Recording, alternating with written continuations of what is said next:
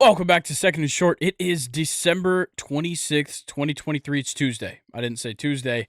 It felt weird to me to say Tuesday. Obviously, yesterday, today as we're recording, is Christmas Day. I hope everybody had a wonderful Christmas. Christmas came early on Sunday with that NFL football. It was amazing. And Colin, what was your favorite gift that you got this year? Brand new guitar, baby. Go ahead, show it off. All right. Show off the new guitar. Look at that. Give it a little strum. Strum for the people. It's barely picking up on the mic. I'm sure it sounds beautiful. I don't want to blast the ears of everybody. Fair enough. My favorite gift was this shirt. Beautiful shirt. Yeah, Griswold family Christmas shirt. Awesome. Love it. All right, Colin, we had one hell of a week. Yes, we did. We had, obviously, amazing NFL football, as we already said, a ton of MLB news, bunch of bowl games throughout the week and on Saturday. Next week, we've got the New Year's 6 bowls. We obviously have New Year's next week, and we got to hit a stake your claim to finish this episode of madness that we're already going to go through. We got to give the people a hot take. So let's go ahead, get into NFL Week 16. It was one hell of a week. And we'll start off with the Saturday games. We'll go Steelers 34, Bengals 11. Jake Browning, a human being. 3 interceptions. Otherwise, a good game. Yeah. Still 335 passing yards. What the? Bro, backups this year are doing incredible things. Yeah, Mason Rudolph did incredible things today. Or Sunday. Obviously, or Saturday. Jeez, I'm all over the place right now. Lock in. Yeah. Come on, let's go. Mason Rudolph got into the Christmas spirit, obviously, for good reason. 17 for 27, 292 touchdowns, no picks. He only got sacked one time. And the running game was strong, too. Najee Harris, 19 carries, 78 yards, and a touchdown. Jalen Warren, not so much, but he did block inside the 5-yard line, unlike George Pickens. Which George Pickens went ballistic. 4 receptions, 165 yards, and 2 touchdowns. He had a long of 86. I think he had one more in the 60s, I believe. 66, I believe. Yeah, just an absolutely ridiculous performance for George Pickens. Yeah, it was absolutely insane. Yeah, and with no Jamar Chase, T. Higgins had a great game as well. 5 receptions, 140, and a touchdown. This game was great, despite the fact that Pittsburgh kind of dominated. Yeah, I wish I could have saw it. You know, I was under the weather, so we took some medicine, and I just went to sleep. Woke up, Pittsburgh beat the shit out of Cincinnati, which I was not expecting. No. Having a third-string quarterback coming in. But I think Mitch Trubisky is never going to touch the field in Pittsburgh ever again. Yeah. I think that's safe to say. What a show Mason Rudolph put on. And I bet George Pickens has been waiting for Mason Rudolph to touch the field. Oh, yeah, definitely. And on the defensive side, TJ Watt obviously getting in on the action, getting a sack. You had picks from Eric Rowe, Alex Highsmith, and Pat Pete. And on the Bengals side, Trey Hendrickson gets the sole sack of the game for the Bengals. But yeah, overall, a crazy game. Crazy for playoff picture because the Bengals lose, the Steelers win. They move to 8-7, each of them. That division is a mess. That is insane of a division right now. Yeah, it is crazy. But the second game on Saturday, just as crazy. Bills 24, Chargers 22.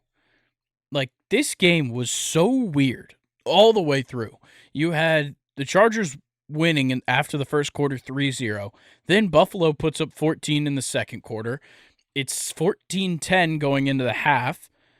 Buffalo goes up 21-13, and then the Chargers just rally back in the fourth quarter on, I believe, 3 field goals.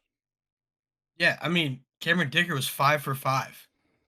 with a long of 53. Crazy. Yeah, and the offense was struggling to, execute in the red zone and even just within the 35-yard line, but Cameron Dicker locked in, and he knew he had to get points for him. That was the only way that they stayed in the game. Yeah, Austin and Austin Eckler's still shit. yeah. Easton Stick, there's just a lot of check downs. Yeah, which That's the makes problem. sense. Like, after last week's game, you can't be too confident in yourself.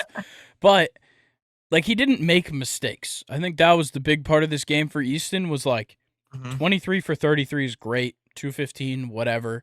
No touchdowns, no picks. He got sacked 5 times, but I'm not blaming him for that one. Their offensive line was abysmal.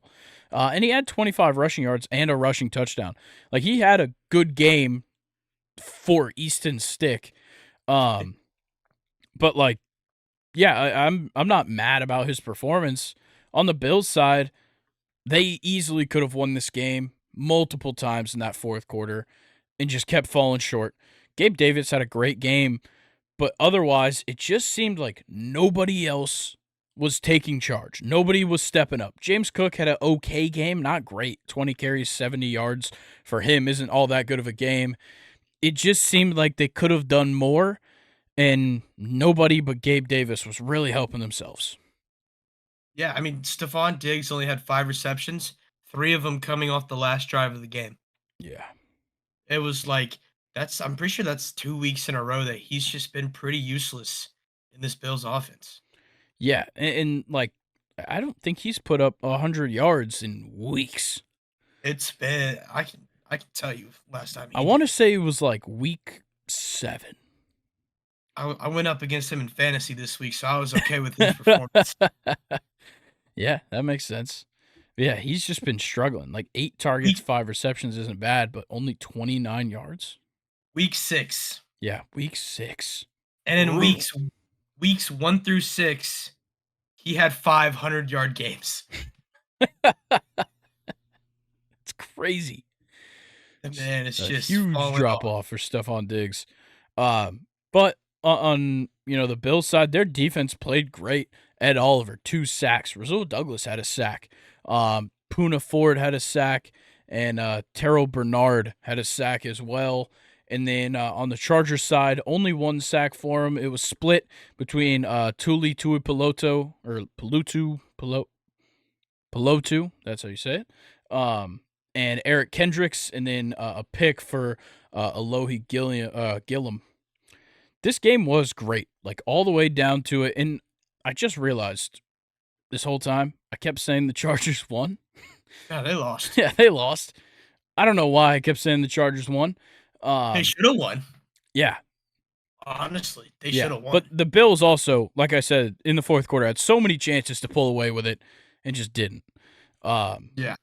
so they get the close victory. They're 9-6 now, which like they still have a chance to win the division. I know Miami won, or actually no, Miami might have.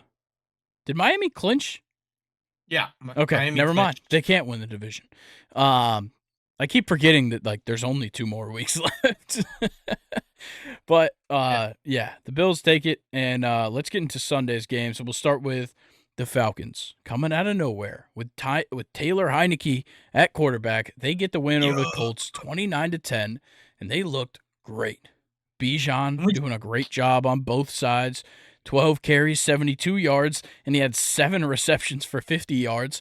You had Tyler Algier, 9 carries, 69 yards, and a rushing touchdown. Just insane game for the running backs. And then Kyle Pitts gets the touchdown reception, the only touchdown reception for the Falcons. And they just kind of cruise to a victory.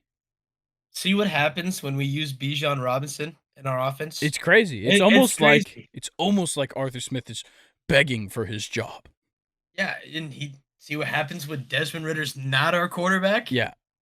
Yep. It's I'll wonderful. take listen, I'll take one or the other, but both a combination of Arthur Smith and Desmond Ritter should never happen on any team. Yeah. I can Like, definitely agree. I can stand Arthur Smith if Taylor Heineke is in at quarterback, Yeah. or anybody but Desmond Ritter. Yeah, and this Falcons defense looked amazing. They shut down the Indianapolis Colts. Of course, the Colts missing Michael Pittman Jr., but Gardner Minshew just not his greatest day. 20 for 37, 201, no touchdowns, one pick, and he got sacked 6 times. Jonathan Taylor, pretty inefficient day for him. 18 carries, 43 yards, and a touchdown. And obviously no Zach Moss in this one. Then in the receiving game, it just seemed like nobody was willing to fill the role of wide receiver number 1. Kyle Granson was their leading receiver, 5 receptions, 62 yards. And then Will Mallory, 4 receptions, 47 yards. But Josh Downs and Alec Pierce, the two guys that probably should have been the ones to step up, 6 receptions, 39 yards for Josh Downs, and 3 receptions, 30 yards for Alec Pierce. Just, it's simply not good enough. Alec Pierce had a lot of crucial drops. Yeah, 7 targets, 3 receptions. There was like one, he was wide open in the middle of the field, and it just went right through his hands. Yeah. I was like, what are you doing? Yeah, and but, as always, Jesse Bates gets his pick. Yeah, the Colts also had a lot of horrible penalties on defense. Yeah. A lot coming from EJ Speed and Zaire Franklin. Their two leaders on defense had some crucial penalties that led to points for Atlanta. Definitely. And then on the Atlanta defensive side, Caden Ellis had one hell of a game. This guy was everywhere. He led the team in total tackles. He had a sack. He had 3 tackles for loss. He had a pass defended. This guy was going insane. And then you have a sack for Richie Grant, 2 sacks by Zach Harrison, a sack and a half for Calais Campbell, which was split with Arnold Ebiketie. This defense looked as good as it's been all year in this game against the Colts, and I was super happy with it. Is Arthur Smith going to be our head coach next year? No, he's still not going to be. Is Younghoe Koo going to be the kicker? Yeah. 5 for 5 on his field goals this week. 2 for 2 on extra points. Just one hell of a game for him. Yeah, but when I pick him up, he misses. We got lucky on one because we had a field goal attempt that he missed. Yeah. But they had, what is it? Were they offsides? I believe they were offsides. And cut it down. And it ended up being like a 20-yard field goal that he just piped. Yeah, the Colts were penalized 4 times for 29 yards, and it felt like every single one of those was just crucial. Pretty sure all of those were on third or fourth down. Because we had there was one where we were at 3rd and 6, and they had the neutral zone infraction, put us to 3rd and 1. We're able to convert just over and over and over again, just crucial penalties. No, it was 4th and 6, and then it took us to 4th and 1. And then we decided to go for it. Yeah, and then we ended up getting closer. Still ended up kicking a field goal. Yeah, it's okay. But still, a good offensive performance. Obviously, you'd like to see more touchdowns out of that many opportunities, but with Younghoe Koo kicking like he is, I feel pretty good when we get into field goal range. I'm cool with 29 points, honestly. Definitely. But let's get into the next game. Seahawks 20, Titans 17. This game was just kind of weird. Very weird. I watched this one all the way through. Mainly because Ryan Tannehill was at quarterback. Yeah, that doesn't help. Is Levis hurt? Yeah, he was hurt this week. Okay. But Geno had a good day. It just didn't really reflect until the very end. 25 for 36, 227, 2 touchdowns, no picks. Got sacked 3 times. Kenneth Walker had a decent day. 16 carries, 54. Actually, not a good day. I'll just say that. Zach Charbonnet, did he get hurt? Because he did nothing. No, he just wasn't used. Cool. Because he had 2 carries for 0 yards on a long of 3. And 1 reception for -4 yards. So I know what had happened is Seattle got down early. Yeah. I think they were down 10-7 or 10-3 going into the half, so they just went to a pass-heavy offense. Yeah, and it worked. Tyler Lockett leading the way with 8 receptions, 81 yards. Jackson Smith and Jigba, a good game as well. 6 receptions, 61 yards. And then DK getting a touchdown and Colby Parkinson. This was great by the Seahawks to come out 4th quarter, score your only 2 touchdowns of the game, and get the win. Absolutely. And then Derrick Henry ran the ball pretty well. Yeah. Yeah, Surprisingly. I knew he'd bounce back. Let's all be honest. He was not going to go 16 Listen, carries, 9 yards again. so what it's been is he has a really bad game, then a decent game. Yeah, passing touchdown in this game. He now has the same amount of passing touchdowns this season as Ryan Tannehill. Oh man, that's horrible. That's horrible. But I'm happy for Okongwu getting in on the action this week. Yeah, great game for Chigozie Okonkwo. 6 receptions, 63 yards, and a touchdown. What? Brock Purdy threw another pick. Yeah, we forgot to mention Monday Night Football going on right now. It's currently 5-3 49ers. And like Colin just said, which I'm about to watch on my TV because I'm so behind, Brock Purdy threw a pick. That was tough. Yeah. Yeah, that was real tough. Jumped up, deflected it. Second one of the game. I guess I'm glad I started Dak, even though I'm going to lose in fantasy. On the defensive side, though, for Seattle, that's where this team really showed up, especially in the second half. You had a sack from Bobby Wagner, who also led the way in total tackles and solo tackles, had 2 tackles for loss as well. Then Boye Mafe, a guy that I was super high on going into the season, had a great game. He had 2 sacks in this one. He hit the QB 4 times. And then you had a sack for Draymond Jones and Mario Edwards Jr. Just one hell of a day for those guys. Oh, and Jaron Reed as well. One hell of a day for the Seahawks defense, and they get away with a win. They move to 8-7. Now, the next game. Whoa. What happened here? Lions 30, Vikings 24. Detroit was winning all the way through. But Nick Mullins, what the hell was that? Like, this was an all-time Nick Mullins day. Like, they straight up handed him the keys to this offense this week and were just like, do something. And he tried. I'll give him that. 22 for 36, 411 yards, 2 touchdowns, 4 interceptions. Definitely not going to just get past that. 4 interceptions and 4 sacks. Tough when it comes to, the sacks and the interceptions. And the fact that he fumbled twice, though they didn't lose any of them. He still fumbled twice. Wow, what a weird game for this Vikings offense. Like, Ty Chandler could do nothing. Alexander Mattison did nothing. Like, Ty Chandler did have a touchdown, but otherwise couldn't do anything. But it was all Justin Jefferson and KJ Osborne. Justin Jefferson on 6 receptions, 141 yards and a touchdown.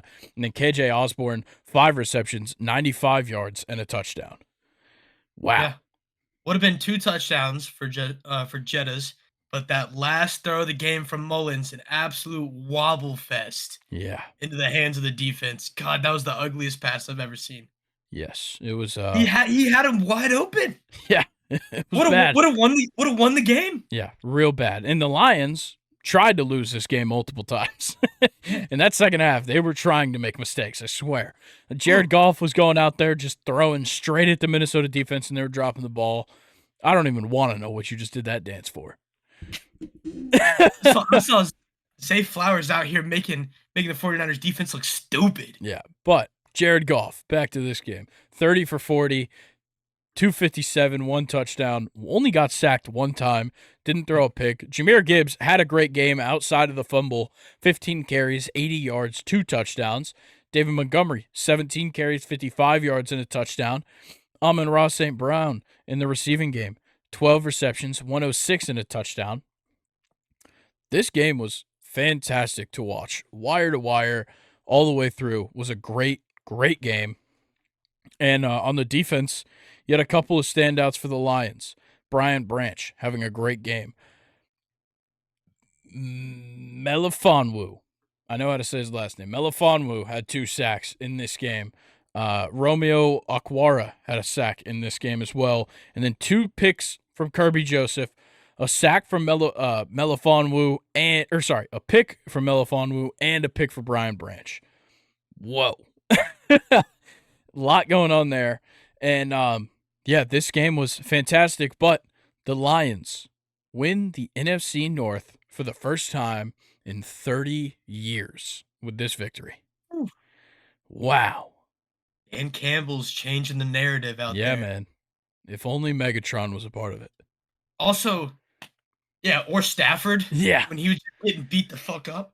But also, how's Laporta, tight end number 1, only targeted 3 times? Crazy. They had to give him the week off. He exhausted all of his touchdowns last week.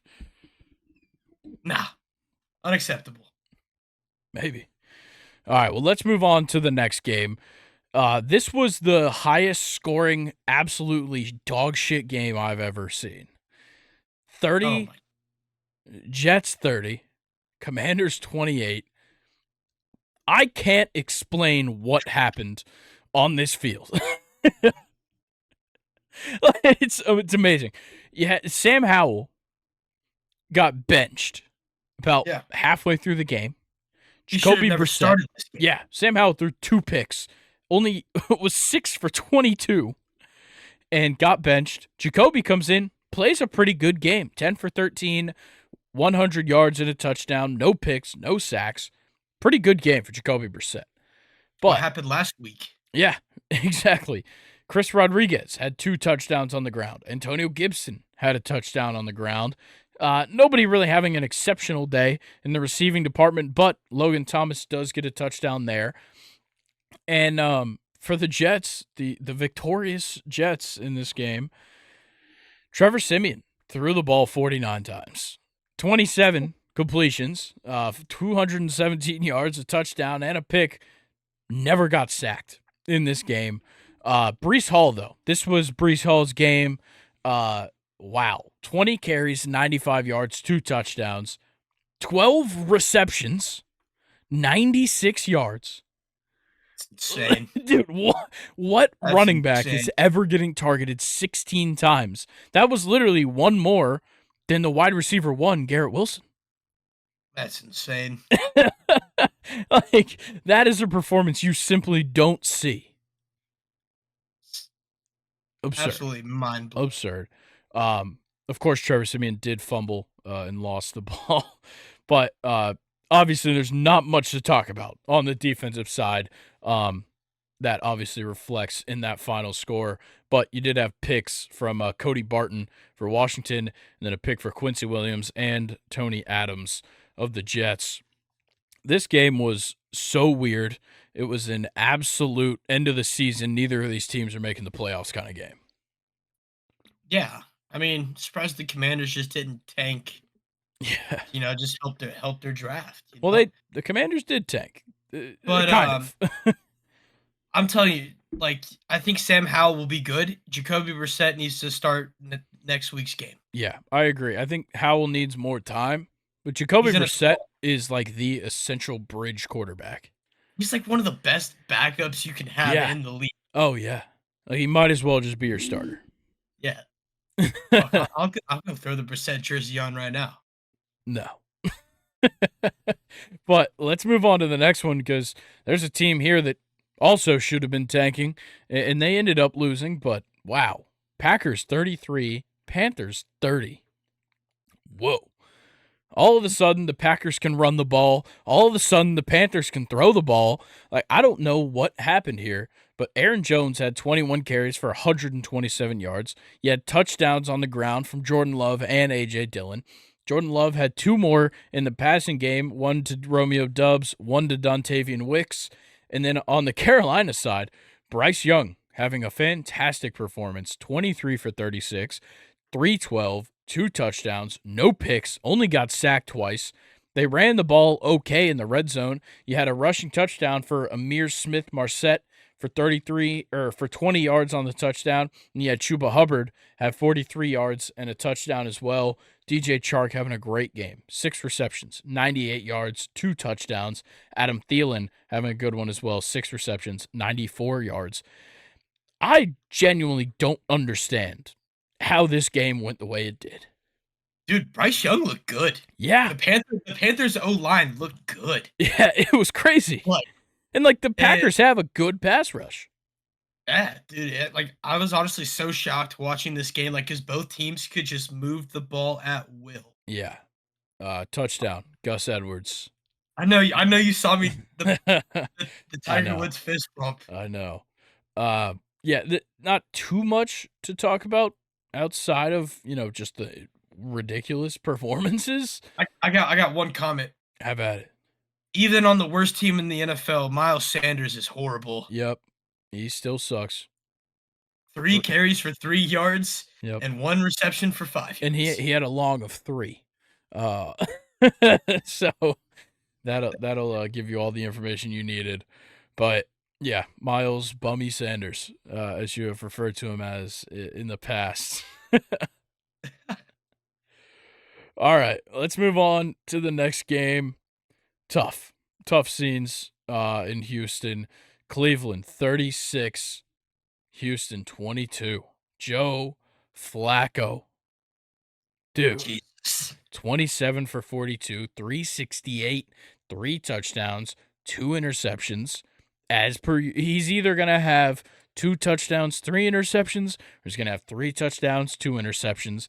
It doesn't matter. He didn't get sacked once. They couldn't run the ball to save their lives, but Amari Cooper was there to save the day. 11 receptions, 265 yards, and 2 touchdowns for Amari Cooper. Jesus. And then David Njoku also getting a receiving touchdown. Just wow. Amari Cooper. What a day. Were the Browns just, like, stashing Joe Flacco until, like, he was, like, ready to go? Dude, I swear, they Like picked him up 5 weeks ago? Yeah, like It's crazy. how did no other team, like, make an offer for Joe Flacco Yeah. Dude, when he's in what's this even good of shape? crazier is, the only reason I even found out that Flacco was going to the Browns was because some dude tweeted out a picture of him on a flight to Cleveland. That was my only reason for even knowing that happened. Yeah. Just You an know, insane pickup for the Browns, and now they're 10-5. I was about to say, wait, have they lost with Joe Flacco at all? They might have lost the first. No, they've won 3 straight, and I don't think he played against the Rams. He did. Oh, he did. Okay, yeah, they lost that one. Pretty bad.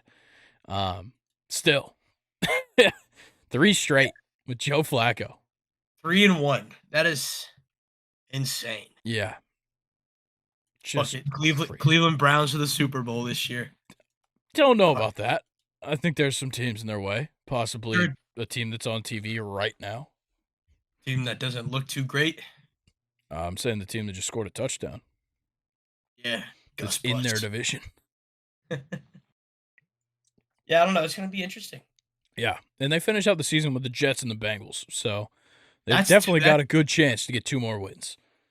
Yeah, absolutely. And the Ravens, this isn't a guaranteed win that they have right No, now. not at all. Not at all. But yeah, For the Texans, nothing was happening here. Case Keenum, shit. Davis Mills, better, not great. yeah, a limited Nico Collins, no Tank Dell. Yeah. It's like you're struggling. Yeah. Dalton Schultz was back though, so Yeah. at least he can try to He had a help good out. one. He had a good game, but yeah, tough scenes for the Texans, who are now 8-7. I still think they're just not going to play CJ Stroud again. I don't think so. I'd just keep him safe. I'll be honest. Yeah. But Well, I'm because they're still in the hunt for a playoff spot. kind of. That's, But that's the also, thing. why put Stroud in a bad position? Yeah. I don't know. Unless he's like 120% ready to go. Yeah, that's what I'm saying. I wouldn't risk it with that kind of talent. Get yourself another draft pick up whatever you need, move along. What do you think Texans should go after? I don't know. I haven't really looked into it. O-line? O-line's not bad. Maybe secondary? Yeah, I'm thinking secondary. Trade up and get Cooper DeJean? Depending on where they're picking, they might not have to trade up. That would be a nasty pickup. Yeah, dude. That'd be huge. White cornerbacks unite. That could be horribly misconstrued. Yeah, Browns absolutely taking this game by storm. Yeah. And speaking of games taken by storm, the Buccaneers 30-12 over the Jaguars. Whoa. Baker Buccaneers Mayfield. rolling. Baker Mayfield looks unstoppable right now. 26 for 35, 283, and 2 touchdowns in this game. Couldn't really run the ball this game. 20 carries, 39 yards, and a touchdown for Rachaad White. 10 carries, 25 yards for Chase Edmonds, and that's just about it. But Mike Evans, one hell of a game. 7 receptions, 86 yards, 2 touchdowns for him. And Chris Godwin, a pretty good game. 6 receptions, 78 yards, despite the fact that he got 11 targets, as per usual. Wow, what a game. Jaguars were struggling. Yeah, and like, the receivers didn't play bad. Evan Ingram, 10 receptions, 95 yards. Calvin Ridley had a hell of a game, 6 receptions, 90 yards, 2 touchdowns. I don't really know what the problem is. Like, obviously, Trevor's turning the ball over a lot right now. Travis Etienne cannot run the ball to save his life. But, yeah, they got to figure something out, too, because, honestly, like, the AFC South has turned into a shit show these past couple of weeks. Yeah. How many of them are 8-7? 3. 3 of the 4. Yeah, that's all 3 teams. Actually, all 4 teams in the AFC South lost this week. Yeah, and you got a matchup to end the season between the Titans and the Jags. But they got the Panthers next week, so hey, it ain't easy. The Jags have lost 4 straight. Yeah. To the Bengals, Browns, Ravens, and Bucks. Yeah, which 3 of those, honestly, all 4 of them, pretty difficult. Yeah. But the way the Panthers played against the Packers. And the fact that they beat the Falcons last week. We're not talking about that. I'm just saying. But what we're going to talk about is Brock Purdy just threw another pick. Are you serious? A third pick? Yeah, he has 3 shit. picks right now. Game manager. Absolute game manager. That is. Granted, he's 7 for 14 for 130 yards. Not bad. But he has 3 picks. Yeah, that is bad. All right, let's get into a bad game. Oh. Bears, Cardinals. The Bears take it 27-16. Yeah, I don't know what happened. That bad. It wasn't that bad of a game. But going into it, I did not want to watch it. Yeah, I mean, look, Khalil Herbert breaking out 20 carries for 100. Yeah, just dropped him this week. I haven't started him in months. I know that hurt. And he was projected like 5 points. Bro, when you start the game with a 53-yard reception to Cole Kmet, who then a quarter later leaves the game because he hurt his knee. Yep. Is what. But also, your only receiving touchdown was a 1-yard pass to Mercedes Lewis. Fuck yeah. I didn't even know Mercedes Lewis got picked up. Yeah, I mean, I didn't either, to be honest. You had 3 different tight ends playing this game. Robert Tonyan, bro. Yeah. Oh, DJ Moore, fucking absolutely useless. Yeah. Yeah. 3 receptions. Second most receiving yards. Second most receiving yards on the team with 18. That's wild. Crazy. But yeah, Khalil Herbert with one hell of a game. Justin Fields, of course, one hell of a game on the ground. 9 carries, 97 yards, and a touchdown. The Cardinals didn't play horrible, though. I'll say that. Kyler Murray, 24 for 38, 230, and 2 touchdowns. Ooh. James Conner, 12 carries, 45 yards. Not great.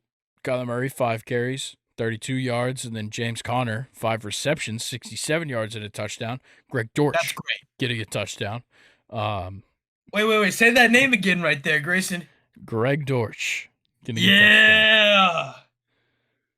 Love that guy. Yeah, for sure. He's the 111th ranked wide receiver in the NFL right now. No, nice. That's awesome. Yeah, not too much else to talk about. I didn't watch any of this game. So no, neither did I. Okay, cool. Don't care about it then. We're moving on to a much better game with much more to talk about. Dolphins 22, Cowboys 20. A game-winning field goal and a lifetime performance for Jason Sanders. 5 field goals in this game for him. Just putting the squad on his back when it matters most. Hitting a 57-yarder. Wow. That's crazy. Yeah. Just that's impressive, insane. actually. Yeah, and like the Cowboys didn't play bad at all. No, Dak, not at all. 20 for 32, 253, 2 touchdowns, no picks for him this week. Pollard could not run the ball. That's for sure. But CeeDee Lamb having a great game, of course, 6 receptions, 118, 1 touchdown. He had a touchdown for Brandon Cooks as well. Jalen Tolbert had a pretty good game. Jake Ferguson also having a good game. Just wasn't enough. Simply. Yeah, I know Jason Sanders, 3 of his field goals were over 50 yards. He Yeah. had a 52, a 54, and a 57, Crazy. and all of them were just right down the pipe. Yeah. And for the Dolphins offense, Tyreek Hill leading the way. 9 receptions, 99 yards, as per usual. Doing All in the great second things. half. Yeah, all All in in the the second second half. half. Like, he was absolutely Yeah. useless Well, he in that dropped what probably would have been a touchdown on like their first or Yeah. second drive. Mhm. It's Yeah. tough. It's tough. But Durham Smythe having a good game. 5 receptions, 56 yards. Jalen Waddle had 1 reception for 50 yards. Got On the hurt. first drive. Got pretty banged up. Did nothing for the rest of the game. He Also, might have man, left the Tyreek game. he did. Okay. Tyreek Hill just 1 yard away from Yeah. that 100-yard bonus. Yep. Real close.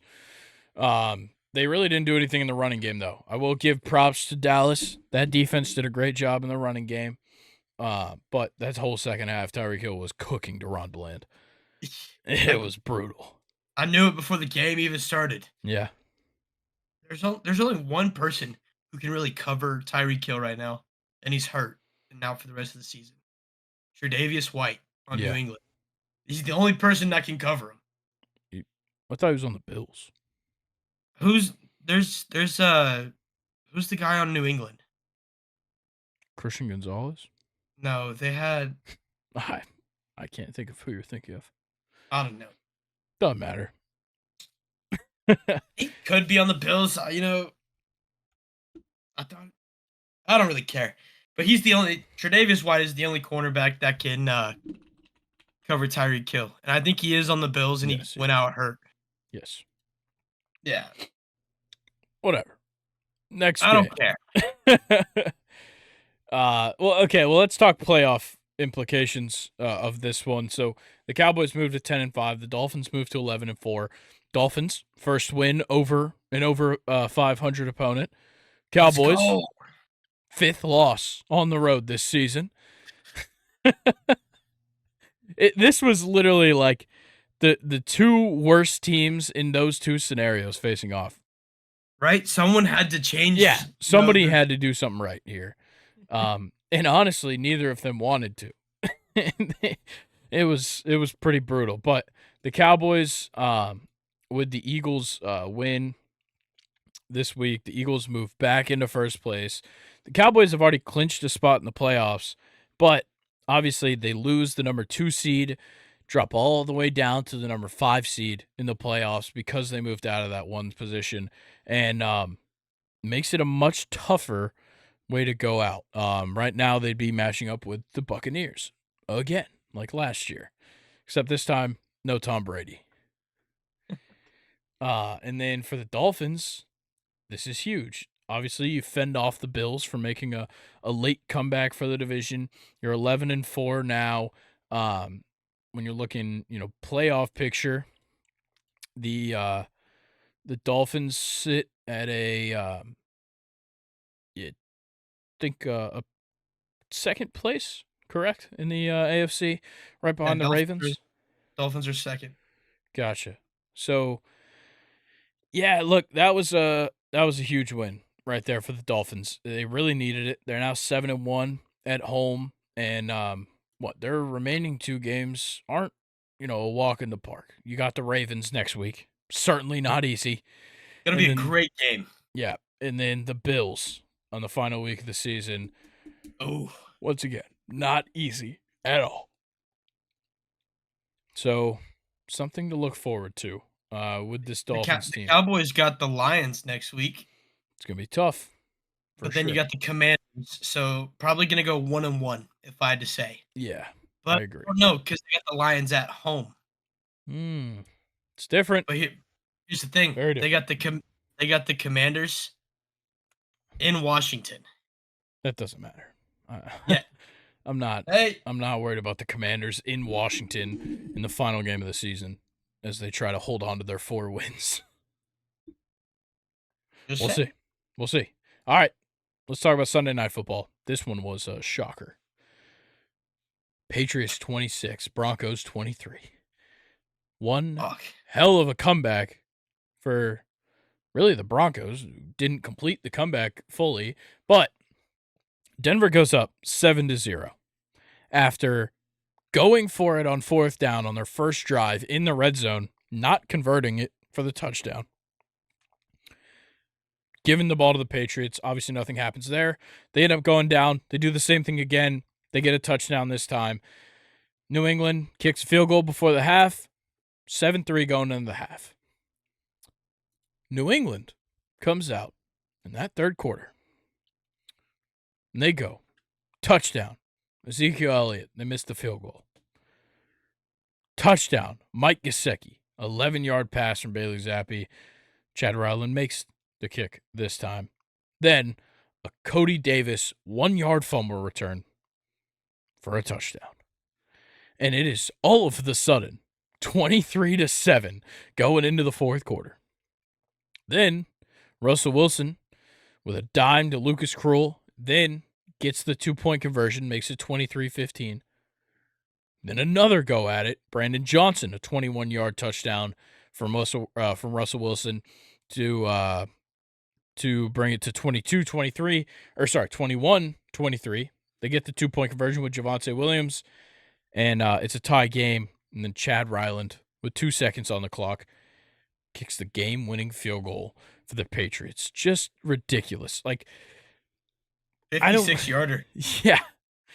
This game was insane. You had Cortland Sutton go down, like, right at the beginning of the game. Never comes back. Marvin Mims was having a great game. 3 receptions, 63 yards. He had a couple of really good punt returns as well. A 52-yard punt return for Marvin Mims that I believe set up a touchdown. And, just a crazy, crazy game. Bailey Zappi looking actually good. 25 for 33, 256, 2 touchdowns, no picks. Demario Douglas had a good game, 5 receptions, 74 yards. And then you had the Zeke receiving touchdown, same for Mike Gesicki. But, yeah, this game was madness. Was it Christian Barmore having Yeah. 5 solo tackles, 3 sacks? That's 4 quarterback hits, Yep. And the 2 tack. Patriots stay true to defending the run very well. Jaleel McLaughlin, 37 yards. Javonte Williams, 24. Russell Wilson, 20. Like, they still yet to give more than 58 yards to a single running back in a game. Damn. Crazy. New England's defense is very underrated. Yeah, their run defense is amazing. And like, Yeah. obviously their secondary's just gotten kind of hurt throughout the season. Mhm. But, yeah, Like, Patriots imagine get a Christian victory. Gonzalez was still here. Yeah. And they the Patriots moved to 4-11. Yikes. Yeah, tough. They might have moved down in the draft with that one. I don't But know. they have the Bailey Bills. Zappi's trying to Sorry. Bailey Zappi's trying to tell them why they should not draft a quarterback. Yeah. Well, they're gonna. The Bills and the Jets remain on their schedule. Probably a loss next week, but haven't lost to the Jets in quite a while. So why start now? I think they lose to the Jets. Okay. A not very experienced quarterback with a phenomenal Jets defense. You could kind of say the same thing for the other side. Not a very experienced quarterback against a phenomenal defense for the Patriots. That's gonna be an ugly ass game, Oh, I tell yeah. you. It's going to be horrible. You think that's worse than Commanders Jets? I think so. Yeah, because at least there was a lot of points in Commanders Jets. Yeah, Ain't this is gonna be nothing happening in that one. it's gonna be like a 10-3 or a 7-3 Yeah. game. Yeah, I definitely agree. Well, before we get into the games that have happened today, score update: Ravens 13, 49ers 11. Mm. Yeah, about to be. I guess it's. Yeah, That'll be 12. That'll be Yep. 13-12. Yep. And 13-12. Ravens. Extra points good Christian from Jake Moody. McCaffrey touchdown run. Yep. He kind of just murked that drive. Yeah. That drive was hit. Yeah, that was all him. All right. Well, let's start off with the first game of the day. An upset. Raiders 20. Kansas City Chiefs 14. Taylor Swift in attendance with Santa Claus himself coming into the stadium. And Travis Kelce, I don't know. I guess he left his ability to play in that sack that he carried into the stadium with him. 5 receptions, 44 yards for Kelce. Nobody breaking 60 receiving yards on the team. Rashee Rice with 57 leads them. Justin Watson had a touchdown. Pat Mahomes had a stinker. And, yeah, this was such a weird game for the Chiefs. You had 2 back-to-back plays for the Chiefs, resulting in defensive touchdowns for the Raiders. Just absurd. And then Zamir White. Yes, sir. What the hell? This guy. Zeus. This guy's good. Yeah, 22 carries, 145. Wow. That's insane.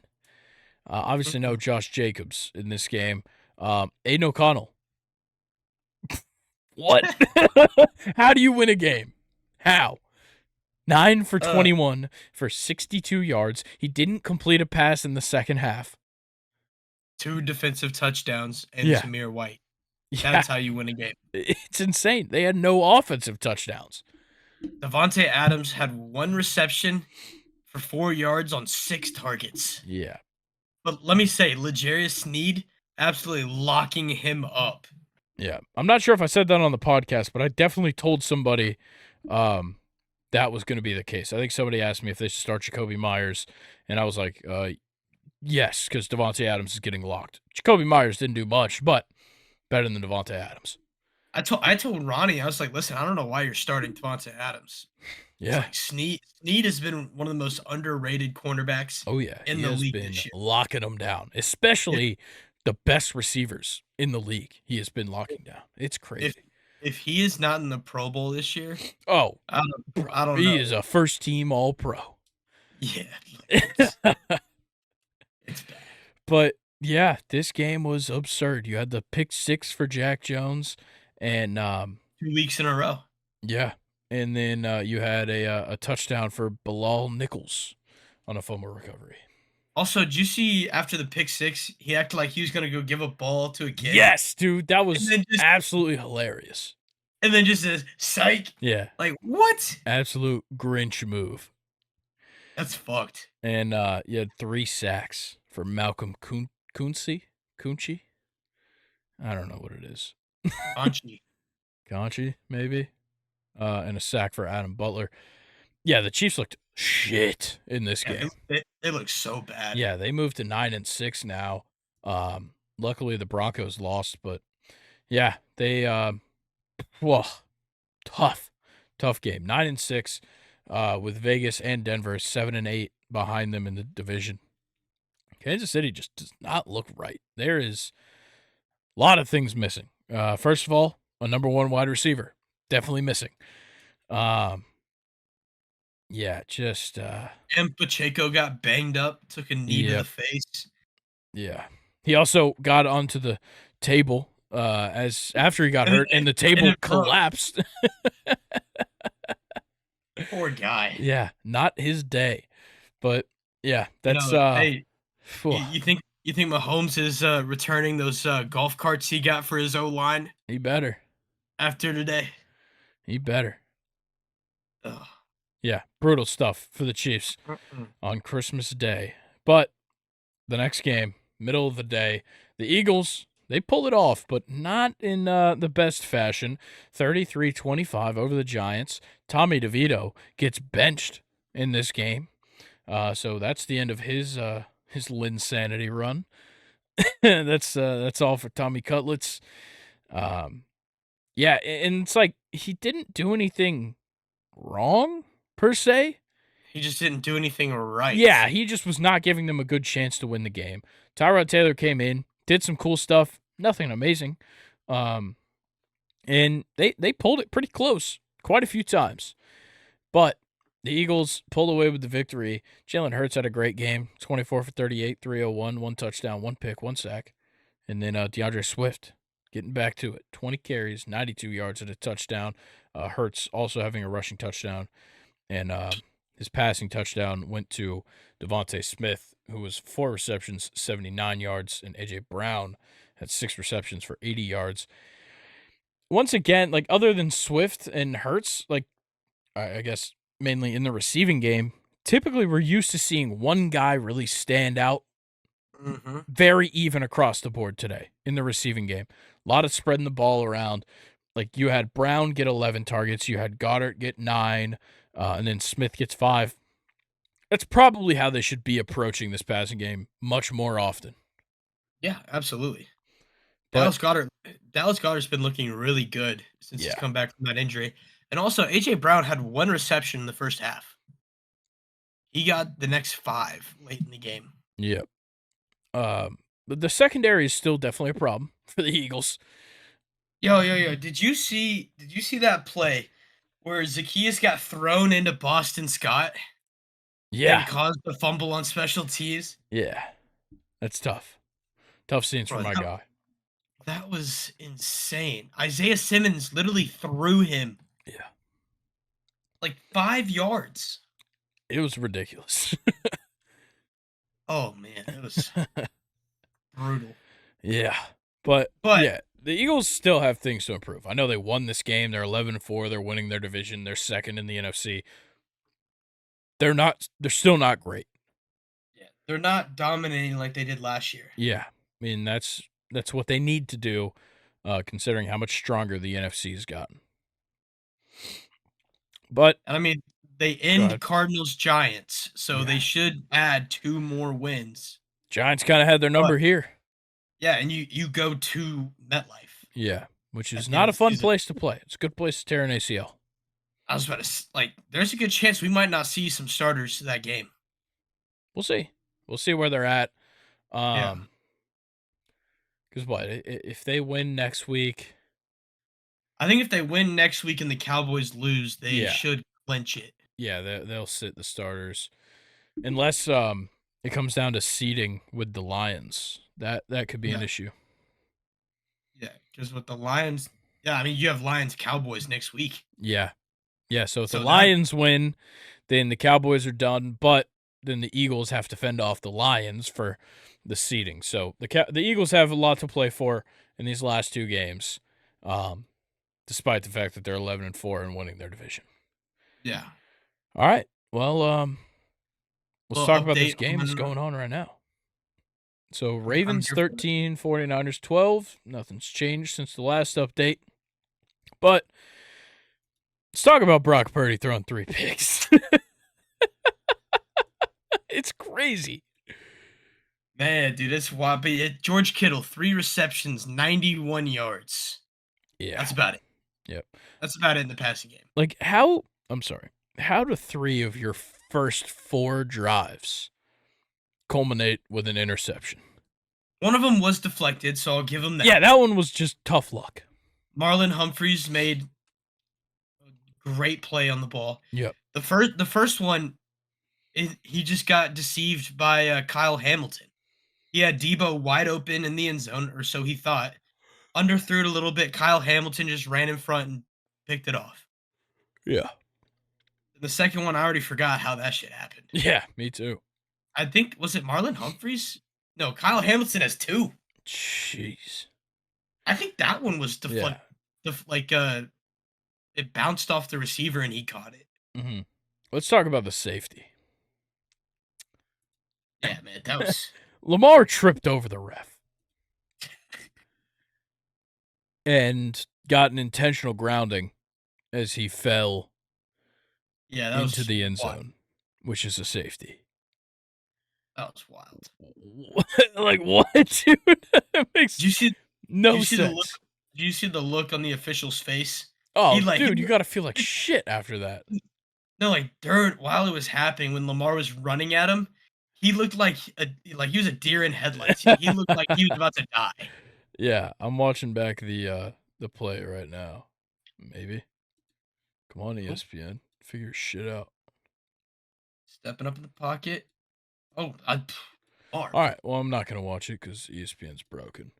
Yeah, and just statistical update. Lamar Jackson, 12 for 21, 93 yards. Nothing of value in the running game outside of Gus Edwards' touchdown. Zay Flowers, 6 receptions, 44 yards. Nothing from Odell. 1 reception for 5 yards. 9 targets in the first Yeah. half already for Zay.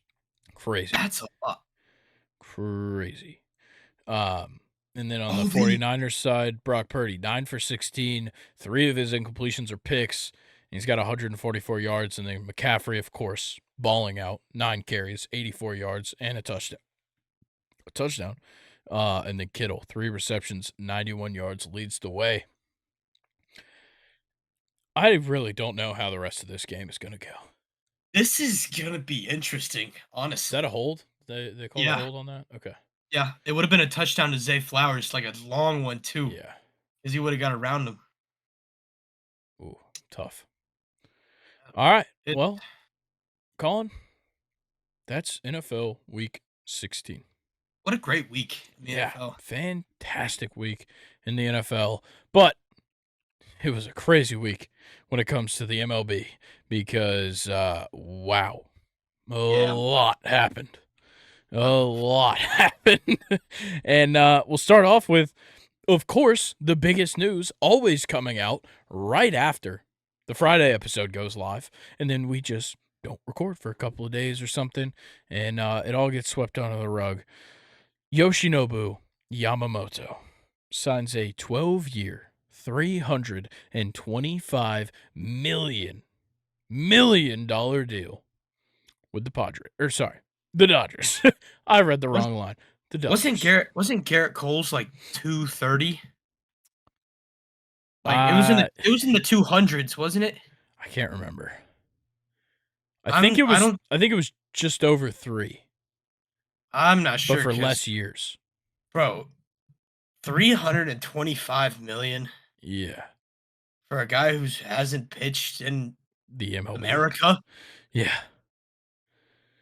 Yeah. And supposedly the Mets so the Mets apparently matched the Dodgers deal. So they wanted, they had the 12 years, $325 million. The Yankees went for 10 years, $300 million. So less money over less years, but more money per year, whatever. But they didn't backload the deal like the Dodgers did. So the Dodgers, just like the Shohei contract, backloaded the deal a ton. So they save money now. They spend the money later. Hopefully it pays off. With a talent like that, it's probably going to pay off. But you never know. It's tough. For the Dodgers, 2 guys over $1 billion. Yeah, that's a little excessive. Like, that's insane. Yeah. Or the Braves have 7 guys that don't even add up to $700 million in our starting lineup. Yep. It's crazy. It's crazy. It is insane, bro. Like, it makes me want a salary cap. Nah, don't wish for that. I know, but it's like to see like the Dodgers just spending $1 billion on 2 players. Yeah. Like, they're digging themselves in a grave right now, spending that money, but it's just like the other teams have no chance. Other teams can't match that offer with that. It's I don't know. It just makes me think. Yeah, no, it is ridiculous. And I think the luxury tax simply does not penalize teams enough. I think that the Dodgers are more than comfortable with losing a pick or whatever every year if they're going to have the best players in the world. Because, look at it right now. Mookie Betts, former MVP, one of the best players in the MLB right now. Freddie Freeman, former MVP, one of the best players in the league right now. Shohei Ohtani, back-to-back reigning MVP, the best player ever in the world, probably. If we're looking at raw talent, he's on their team as well. Now they go out, they get the best pitcher from Japan. Now he's in the rotation. You pick up Tyler Glasnow. Like, you got one of the best catchers in Will Smith. Walker Buehler is going to come back to this rotation next year. Yeah, it'd be like what, the number 4? Probably number 2, I'd say. Maybe 1, honestly. He might come back and be 1. Buehler, Yamamoto, Glasnow. You think so? I think so. I got you. I don't know if Yamamoto's day 1 starter. That's where I'm Here's the stuck. thing. I'm interested to see Yamamoto's pitching sequence with a pitch clock True. because he's got a super long Yeah. like wind up and delivery and Yeah. everything like that. That's definitely something that we'll see him test out in spring training. Yeah, so I've been For reading sure. a lot about that. Like that might be something he struggles with. Yeah, it definitely has hurt pitchers over this past year, for sure. But yeah, that's it's a crazy signing for sure. What a run by Lamar Jackson. Yeah, that's 30 yards. Yeah, on 3rd and 16. Woo, tough. Puts him in field goal range. They got 10 seconds left. Yeah, Can take a shot at the end zone, but big time. All right, next deal though. Mitch Garver, 2-year deal, $24 million with the Mariners. I like that. Not bad. I like it. That's like a DH spot only. Yeah, he's not gonna start a catcher over Cal Raleigh. So Yeah. um, It's a good backup. You know, you can platoon him if Yeah. Riley needs a day off. yeah, Just flip him. DH catcher, whichever one wants to. yeah, I like that. It also probably takes them out of the running for JD and Jorge Soler. So I think Yeah. that you can pretty confidently say, considering they're adding another bat, it would Unless you were definitely. to throw, Soler can play in the outfield. Yeah, he Like he can can play a for corner sure, spot. for sure. JD, not so much. Yeah, not as much at all. It really sucks in the outfield. But much more important, but under the radar move, Japanese pitcher Yuki Matsui agreed to a 5-year, $28 million deal with the Padres, a much more tame deal than Yoshinobu's.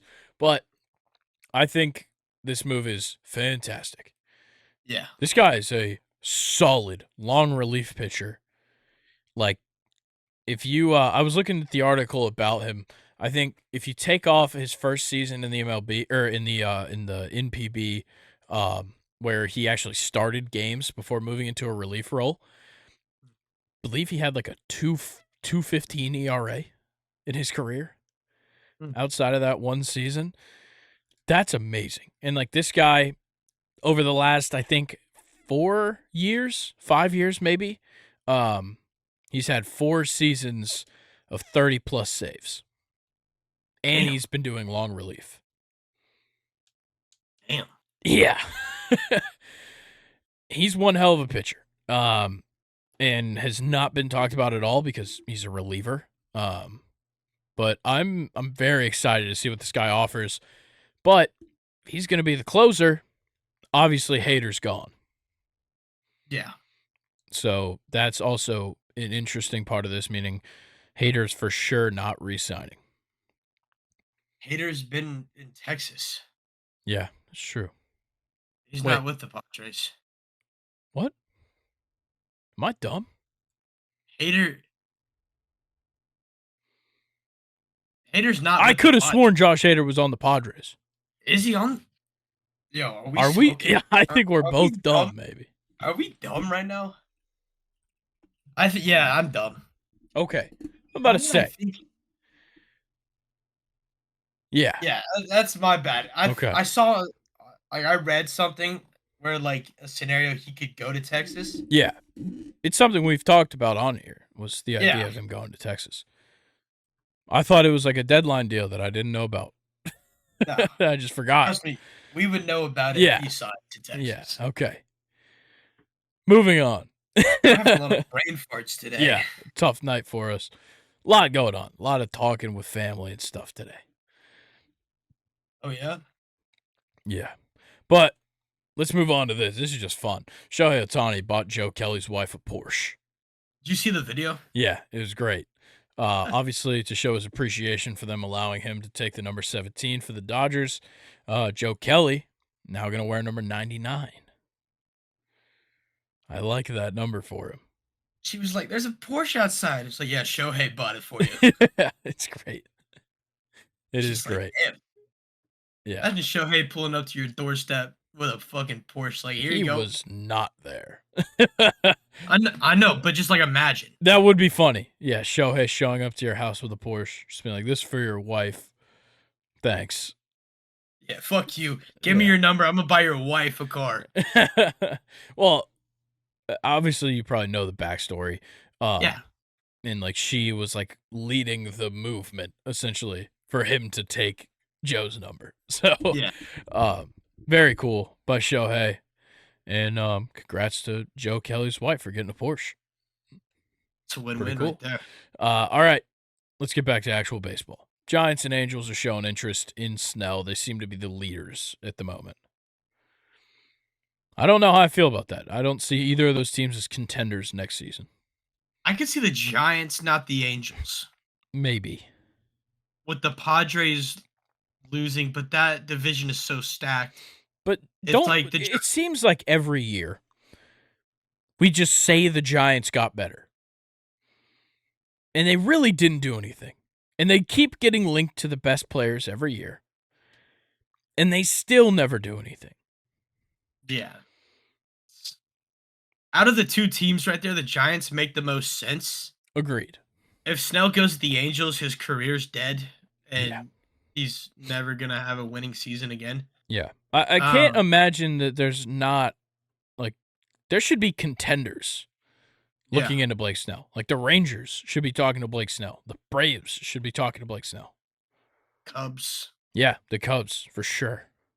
fucking the Diamondbacks. Yep. The Diamondbacks should make a move. That Platoon him rotation with. would be crazy. Corbin Carroll, Eduardo Rodriguez, Blake Snell. Did you just say Corbin Carroll? Fuck. Gee, Zach Gallen. Oh my God. We're struggling tonight, dude. Yeah, and then your 5 spot is Brandon Fat, Yeah. Crazy. not Corbin Carroll. No, not at all. Jesus. All right, we'll move on. Cody Bellinger is believed to be asking for over $200 million. I mean, fuck, I would if a pitcher's getting 325.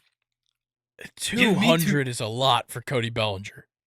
Like, I know he just had a very good season, but we've seen what Cody Bellinger could also look like. Yeah. No, That's the understandable. issue. Thing is, like, that Yamamoto signing is gonna It shake things up a lot. And so does the exactly. Shohei signing. Like, 200 is about to be like a minimum on like shit players Yeah, coming see. soon. It's bad. We'll see. But I could see someone signing him for about yeah, 200. and apparently that has kind of deterred the Blue Jays from going after him. They don't want to spend that kind of money. They've been in contact with Michael A. Taylor. Not a great replacement for Cody Bellinger, but they certainly need help in center field. There's got to be there's Go gotta after be better. Kiermaier. Yeah, hold on. I don't know why they're not pursuing Kevin Kiermaier to come back. There's got to be better options Yeah. than. Let's take a look at this because Michael A. Taylor's not great. If I have to say so. Why is nothing popping?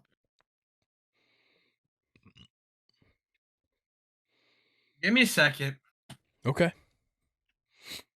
Yeah, I don't know what they're doing talking to Michael A. Taylor. Like, he plays a good center field. He just has zero bat. Yeah. It's below average, honestly, Yeah. bad bat. Bro, listen to all right. So here's some people I would take over Michael A. Taylor. Number 1, Nick Senzel, Yeah, I would take him over him. Harrison Bader, Yep. Kevin Kiermaier. Yep. See if you can get Jason Hayward for cheap after He already just had re-signed, I think. Did he resign? Yeah, I think he already re-signed with the Dodgers. Okay. Then yeah, other than that, the next best is fucking Michael Taylor. Okay. I think Nick Unless you wanna Senzel would not be bad. unless you go like Jake Marisnick or Jackie Bradley Jr. You could go Aaron Hicks, Kevin Pillar. Pillar. It's weird. Yeah, it's tough. I don't know. Not Michael A. Taylor. He's not your best available option.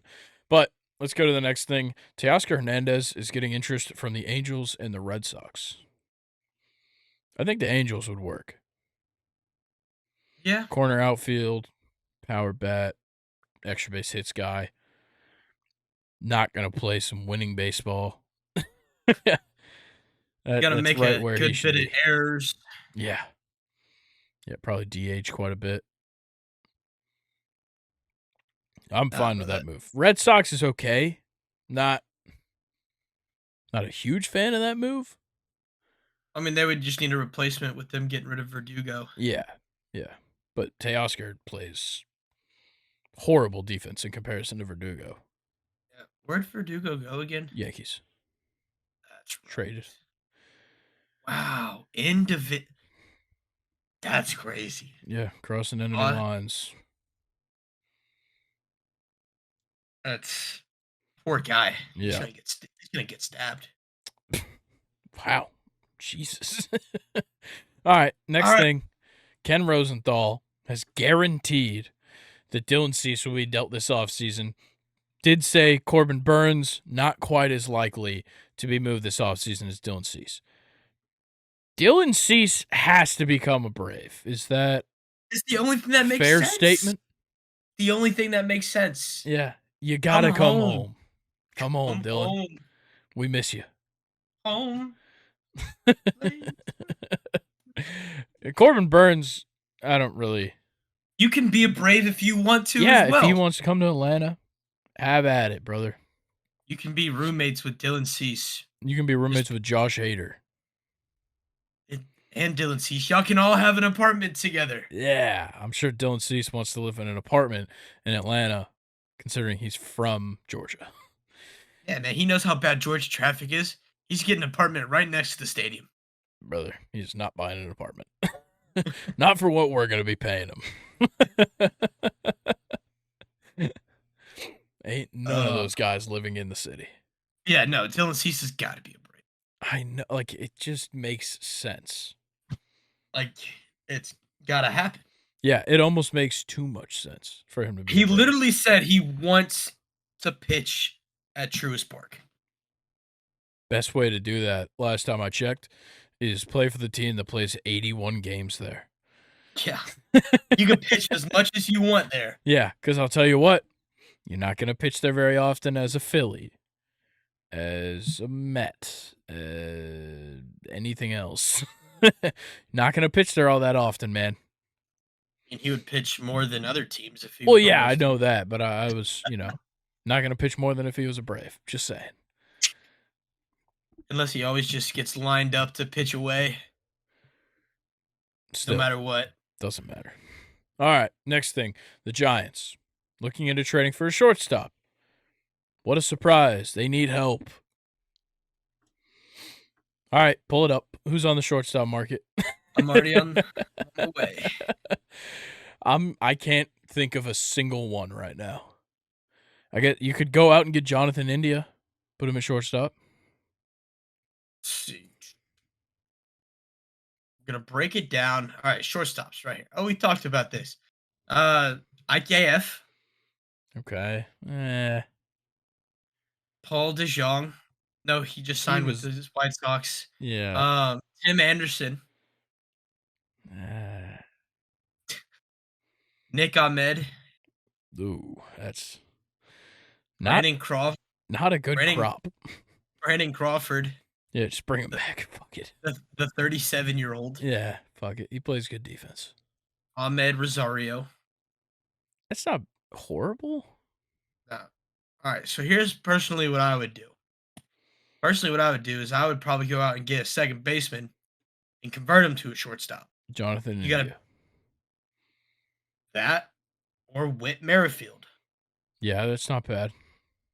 I don't know if Whit could play shortstop. Elvis Andrews. Old. Yeah, and he's 2 years younger than Brandon Crawford. It's true. Or just bring up Marco Luciano. Yeah, that makes the most sense. That's what I think should happen. It's weird that they're trading for a shortstop, considering like 3 of their top prospects are shortstops. Yeah, I have no fucking. Don't know. I feel like Marco Luciano has supposed to been coming up for like the last 3 years.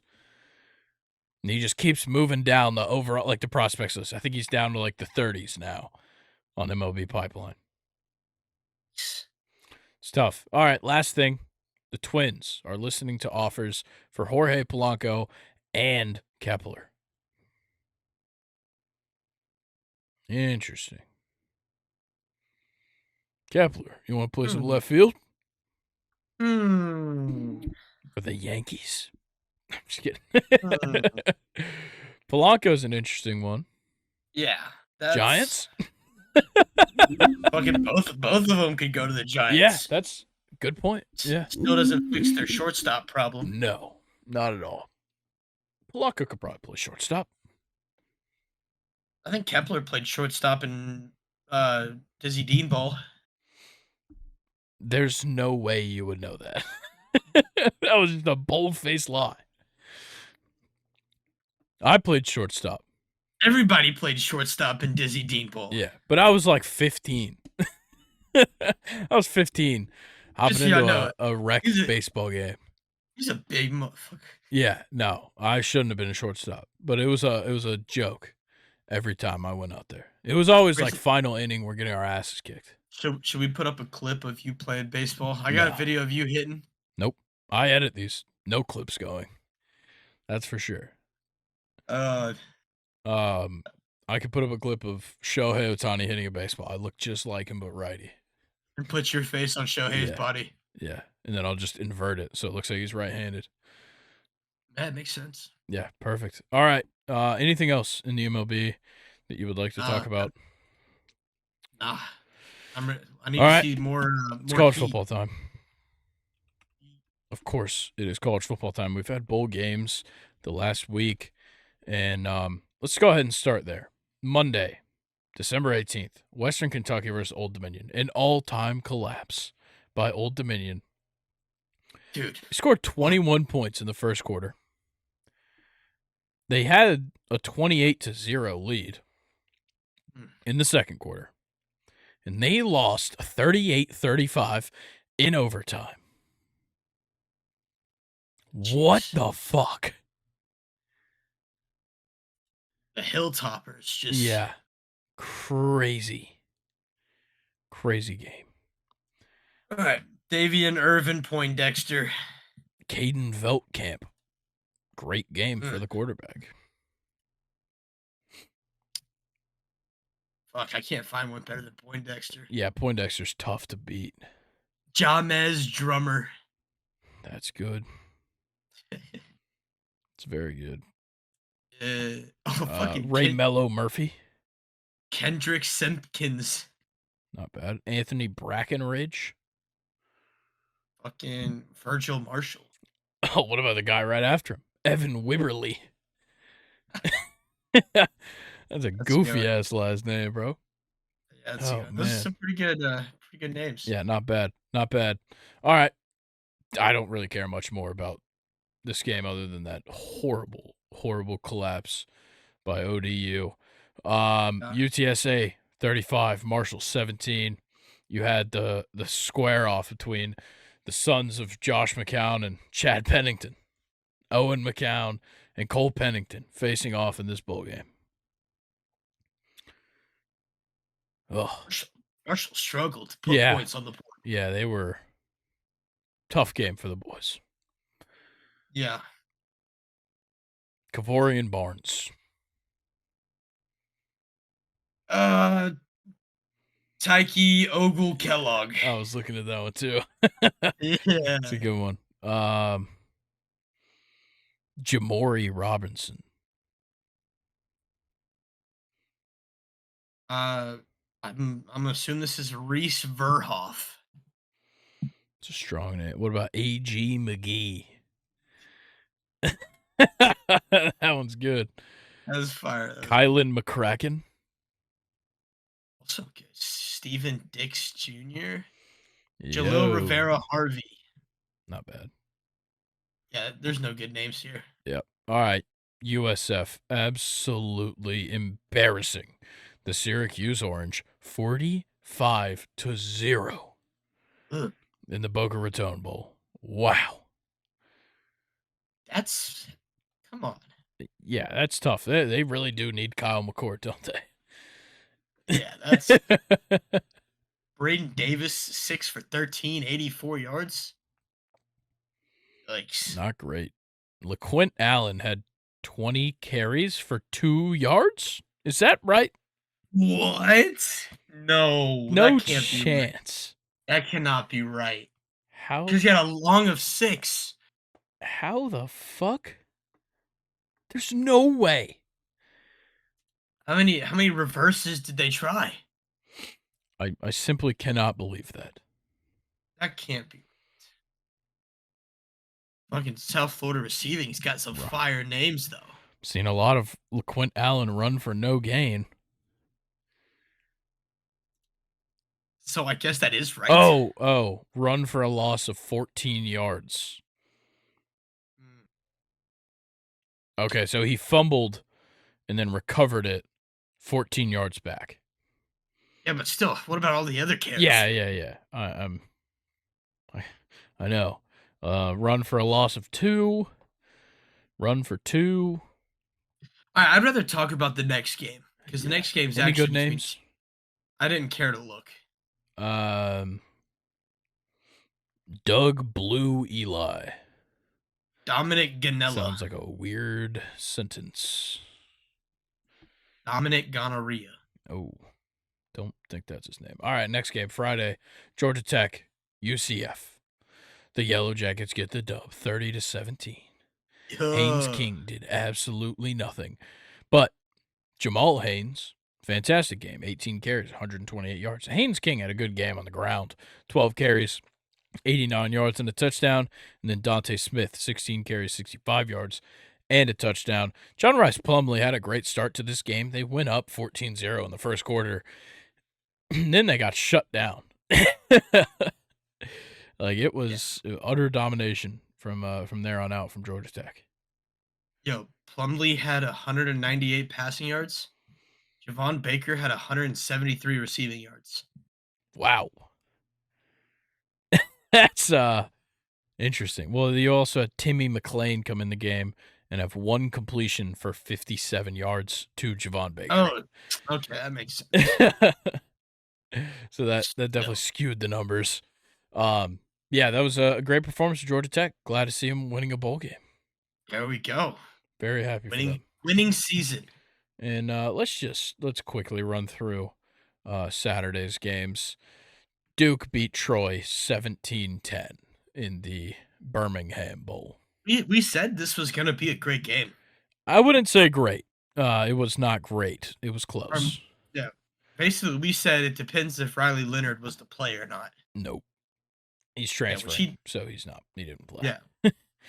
And then Northern Illinois beat Arkansas State 21-19 in the Camellia Bowl. Cool. Don't care. Yeah, don't care. Air Force beat JMU 31-21 in the Armed Forces Bowl. It's only right for the Air Force to win the Armed Forces Bowl. Dude, that running back for Air Force, 35 carries? Yeah, for Emmanuel Michel. 35 carries, 203 yards, 2 touchdowns. You also had John Lee Eldridge III, 8 carries, 78 yards. So they ran all over JMU. Yeah. Yeah, and their quarterback had a rushing touchdown. Okay, great. Let's just talk about how Georgia State went up to Utah in the Idaho Bowl. It beat the fuck out of Utah State. Yeah, well, they went up to Idaho in the Idaho Bowl. That's what I meant. But yeah, shout out Darren Granger. Solid game for him, but it's all about Freddie Brock here. I know Darren Granger also had 111 yards, 2 touchdowns on the ground, but Freddie Brock, I can't even say 24 carries, 276 yards, and a touchdown.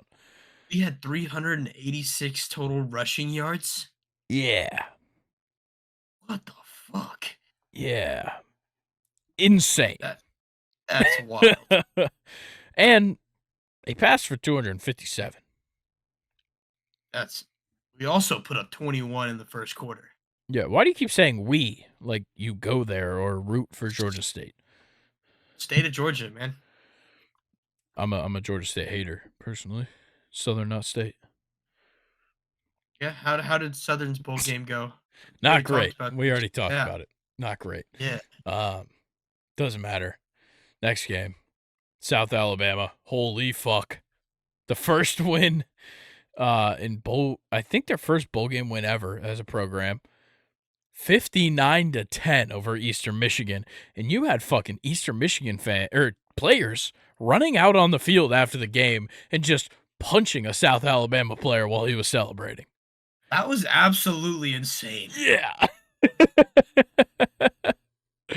Just absurd. But yeah, South Alabama, just domination from the jump. And 59-10 final score there. Wow. And as well on Saturday, you had Northwestern 14, Utah 7. Gross. Wow. Gross game. This had to have been so boring to watch. Bryson Barnes, you need to go back to pig farming. I'm sorry. Jaquindon Jackson, transfer. It was bad, dude. Horrible. But shout out to Northwestern. Your coach gets fired for hazing at the beginning of the season.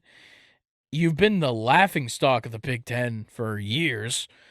You come out, you get bowl eligibility, and you go 8-5. That's awesome. Yeah, absolutely. Yeah, shout out Northwestern. Our final game from Saturday was Coastal Carolina 24, San Jose State 14 in the Easy Post Hawaii Bowl. Shout out to Chanticleers. All right, let's talk about what everybody actually cares about, which is real bowl games with real ranked football teams. And enough talking about those high school games we were just covering. Let's see. Any good games leading up? Kansas UNLV. Guaranteed Rate Bowl on Tuesday. Yeah. Wednesday, you could look at North Carolina, West Virginia. Yep, not bad. Oklahoma State versus A&M ain't bad. Louisville versus USC isn't bad either. Yeah. Then we get to some of the better games. Yeah. Yeah, we're talking NC State, Kansas State in the Pop-Tarts Bowl. Arizona, Oklahoma in the Alamo Bowl. Love that matchup. Yeah, it's a great matchup. And then really getting to the meat and potatoes. Gator Bowl, Clemson, Kentucky. I don't really care about that one as much. Tony the Tiger Sun Bowl, baby. Oregon State versus Notre Dame. Ooh. I like that one. I could care less about the don't care about the Liberty Bowl. But then we get into the big ones. The Cotton Bowl. Missouri versus Ohio State. A Kyle McCordless Ohio State. Missouri's about to dominate. Well, yeah, we'll see. Is Marvin Harrison Jr. playing? Do we it's still not decided. Interesting. I got a feeling he's not. 4 days not before that bowl game. Man, they are looking for some offense in this game. Over under 48.5. I'm taking the over. Mainly because right now Ohio State the favorite. Missouri's going to put up 49 themselves. Yeah, ESPN Bet only has them as a 1-point favorite at the moment. Missouri's good, man. Cody Schrader is ridiculous. Oh, yeah, he is. And Brady Cook's not a bad quarterback at all. No, but just Cody Schrader just dominates the run game. Yeah, he is insane. Well, next game, the Peach Bowl, right? Next game's the Peach Bowl, right? Not the other one. The Peach Bowl. We'll skip the other one, right? Please. The Peach Bowl is literally the next game after. I'm not looking at the prep sheet, okay? Don't worry. The Orange Bowl. I know it's after those games, but 4 o'clock Saturday, December 30th at Miami Gardens. Georgia. Number 6, Georgia Bulldogs. Number 5, Florida State Seminoles. Georgia's favored by 16.5. Because today, literally Christmas, we got the news. Tate Rodemaker entering the transfer portal, not playing. Oh. Yeah, Ooh. that's nice, So isn't it? Who does that mean your quarterback's about to be? Good old Brock Glenn. Oh. I'm so excited. Against that Georgia defense? I think he's the only quarterback on the roster right now. Oh, that's... No. Actually? Yeah. Fuck. Yeah, the guy that was 4th string also transferring. Is Jared Verse? Is nope. he sitting out? He's not playing. Guess who else isn't playing? Trey Benson. Keon Coleman? I don't know about him yet. I haven't heard. Johnny Wilson, not playing. Y'all are so fucked. Akeem Dent hasn't decided. Probably not. Not playing, most likely. He's going to the draft. Oh my fuck. What just happened? Brock Purdy just threw number 4. No way. Yes. Bro, this is not real. Oh my God. Brock Purdy, what are you doing? He's just wasting a gem of a game from Christian McCaffrey. Oh, that's bad. Damn. Okay, back to what I was saying. Florida State has 0 fucking chance. Georgia has their starting quarterback. We're starting a 3rd stringer with our backup running back. Probably no wide receivers. Like, this is going to be hell. The best player on that Florida State sideline is going to be Braden Fisk. It's going to be a great game, Grayson. It is not going to be a great game. I swear to God, if Brock Bowers is playing, I'm going to lose my fucking mind. They just beat you like 60-something to 0. Dude, they're going to whoop the shit out of it. The over-under is 44.5. They're putting up at least 35. Oh, yeah, minimum. Like, it's going to be hell. And I'm going to have to just face it and just have to continue defending this hill that none of our players are playing. Literally none of them. You closing that day too? Nah. Yeah, I am. I go in at 3 o'clock. So I get to just miss that whole game, which is great. So glad. Working with any Georgia fans that day? I'm sure I am. Let's talk about the Peach Bowl, I guess. Ole Miss, Penn State. Ole Miss is about to mollywop Penn State. I think so, too. Penn State's a favorite. 3.5-point favorite. Penn State might have the better defense, yes. Their offense is ass. It is so bad. And Ole Miss has a crazy good offense. And I haven't seen anything about any Ole Miss players sitting out. Yeah, me neither. And they're having a fantastic transfer portal. I'd like to point that out as well. So they're looking to dominate this game. Yeah. To get people to sign with them. Yeah. Also, I just want to point out the fact that Quinshon Judkins did nothing for like the first 5 weeks of the season. Still had over 1,000 rushing yards. Yeah. That guy's a monster. Yeah, that's nobody really cares about Auburn, Maryland in the Music City Bowl. I got Maryland winning that game. I think Talia's sitting out. Okay, then Auburn's winning. Pretty sure, because Auburn's a 7-point favorite. And then you got the Barstool Sports Arizona Bowl, Toledo versus Wyoming. Toledo's 11-2 this season, but Wyoming at 8-4 is a 3.5-point favorite.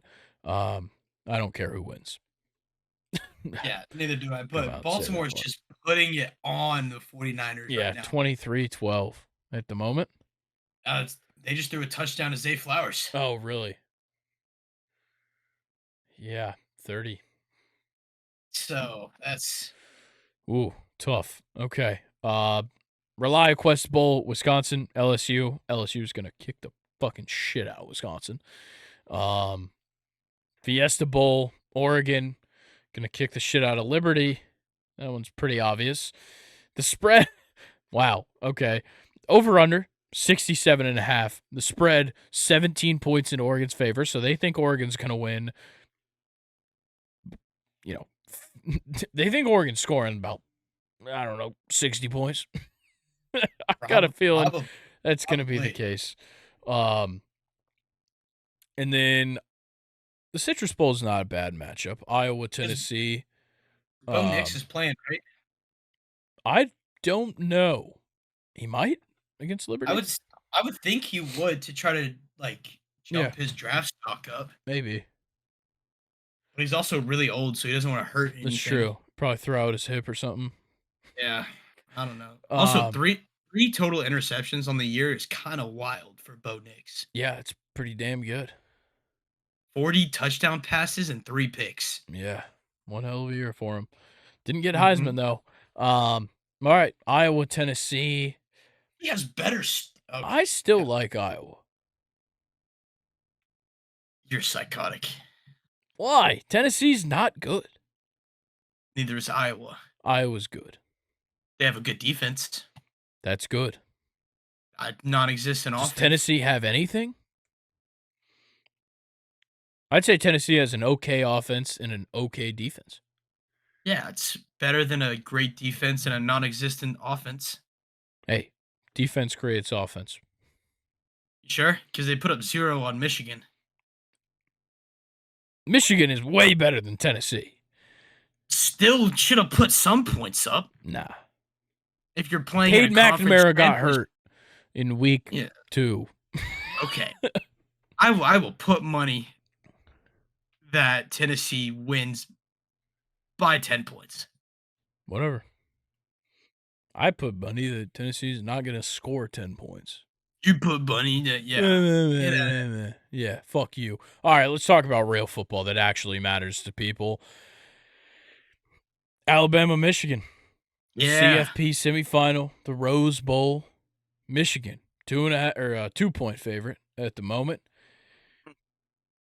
What do we think of Colin? I know you're going to say that Alabama's going to win and blah, blah, blah. I think it's going to be a great game, but you saw the demeanor on that Michigan team when they found out they were playing Alabama. Yeah. They don't want to play them. I think it was more that they wanted to play Florida State. Yeah, they wanted a cupcake win. Yeah. They ain't getting that shit against Bama because they getting fucking steamrolled. They're not getting steamrolled. I can assure you of that. I think Alabama's going to give them a game for sure. Don't tell me you think Michigan's going to win. I think Michigan's going to win. Ah, get out of here. Jalen Milroe is so not good.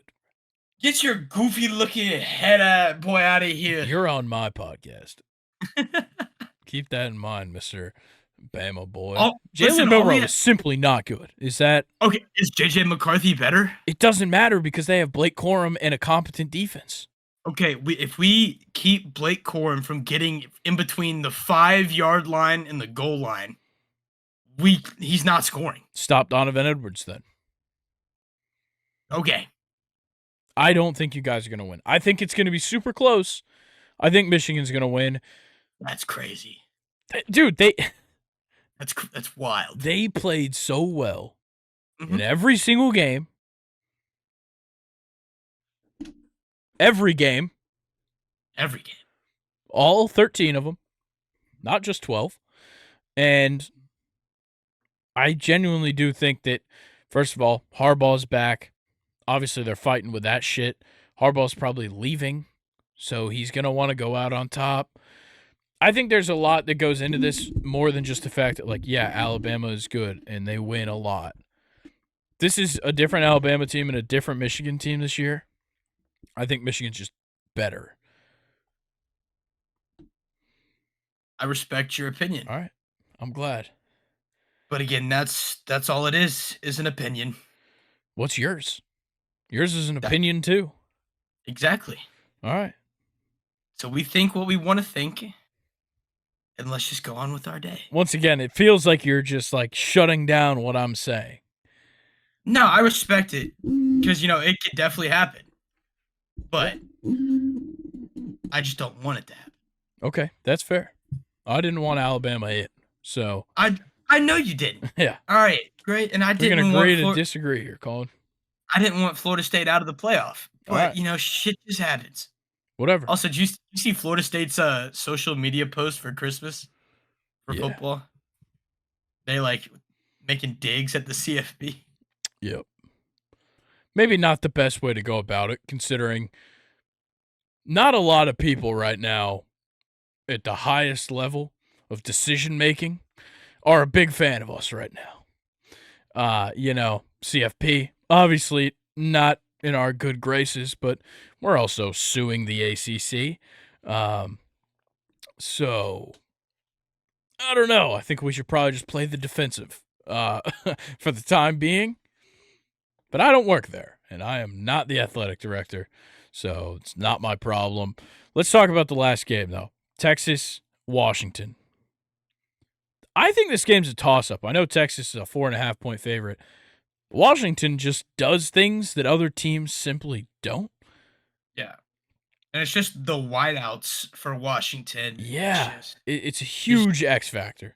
also the over-under line is 63.5 for a Yeah, playoff. yeah. Well, then again, you got to remember this is Big 12 versus Pac 12. Yeah, there's no such thing as defense. Yeah. This is going to be an interesting game, let me tell you. Yeah. In Louisiana. It's tough. I don't know who's going to win. I feel like I'd probably be more confident saying Texas because like they do have very good defensive players and like they've shown this season that they can play some pretty good defense at times, whereas Yeah. Washington gives up a ton of points. Yeah. I don't know, man. It's tough. I got Texas winning this game. I think Michael Penix is going to have some crucial turnovers that just like seal the deal for Texas. Yeah. I don't know cuz like the thing is like Washington won quite a few games where like Penix wasn't the key. Penix was not the guy. It was all in the run game and they still won the game. I think that bodes well for Washington being that versatile, considering Texas, of course, what's his name? Jonathan Brooks, is that his name? Is out. He's been out for quite a while now. It's not going to be easy for Texas to win this game. I think it's really close, and I'm going to take Washington. I trust Kalen DeBoer's coaching as well. Saw him win some tight ones against Oregon, so I respect that. I like Washington. All right, well, we have two entirely different college football playoff routes. Someone's gonna be right. Yeah. Right? Well, no. Unless we could each have one right. Yeah. That sucks. Well, yeah, this is wild. Of course that is this weekend, or sorry, not this weekend. Next Monday, when those games happen. So we'll talk about. I guess we can make this decision right now. Are we recording New Year's Eve or are we recording New Year's Day? Shit. What do you want to do? We could do New Year's Eve. Okay, because I don't know. I'm not really planning on doing much on New Year's Eve other than watching football. So we check the or shit. Would it be better to do it New Year's Day to cover the games after they happen? January 1st games? Yeah, let's do it. All right, another Tuesday episode next week. Fuck yeah. Because of the holiday. Yeah. You can blame, I don't know, the Mayan calendar.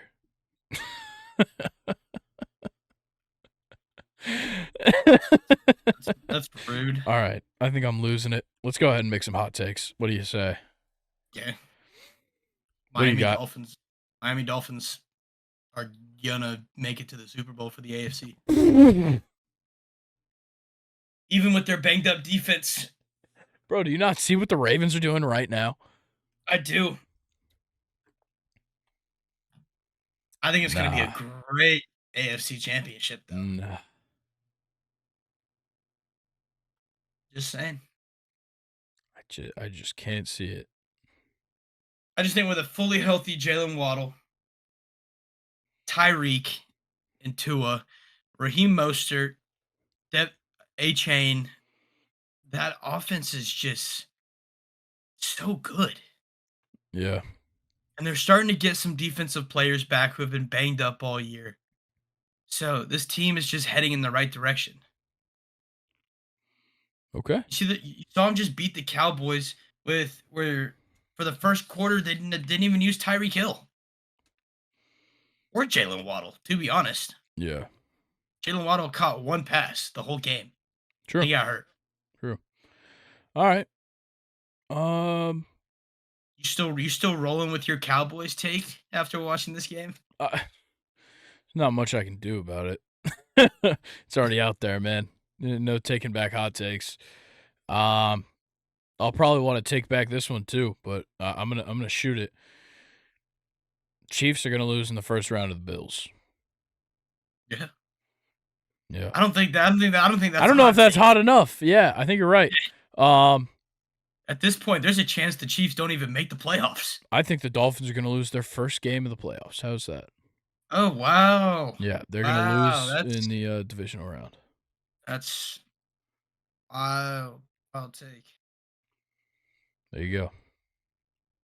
It's fucking shit, but it's fine. I don't know. I don't believe in them. I don't. I have to. What, man? Are you mad? You mad about that? No, You sound mad. not at all. Why'd you just pick up a controller? I don't know. Open up some panini boxes. You're losing your mind right now. Is that what's happening right now? They're filled with scrambled eggs right now. It's 10:30 at night. I know, dude, but my sleep schedule's been so fucked. There's no way you ate scrambled eggs in the last couple of hours. I said my brain is scrambled eggs. Oh, I thought you said you're full of scrambled eggs. No. Okay. All right. Yeah, we're both losing it. Guys, make sure you like, subscribe, comment, turn on notifications on YouTube, and go to all these links down here amongst the snowflakes on the screen. Colin, you can play us out in just a second. But if you're on the podcast platforms, make sure you give us 5 stars and leave a written review as well. And then follow us on all of our social media pages to keep up to date with everything happening in Second and Short. And make sure you join the Reddit and submit your questions for me and Luke's episodes on Fridays for questions time. Colin, anything for the people? I hope y'all had a happy holidays, and let's dive into 2024. That's true. The next time we will meet, it'll be 2024. Well, Happy New Year to everybody. I forgot about that. Yeah, great. Are you sure about that? Well, me and you. Next time me and you are on here. Okay, I was about to say. Yeah. All right, Colin, play us out, man. Bada bing, bada boom. We'll catch you guys on Friday. Peace.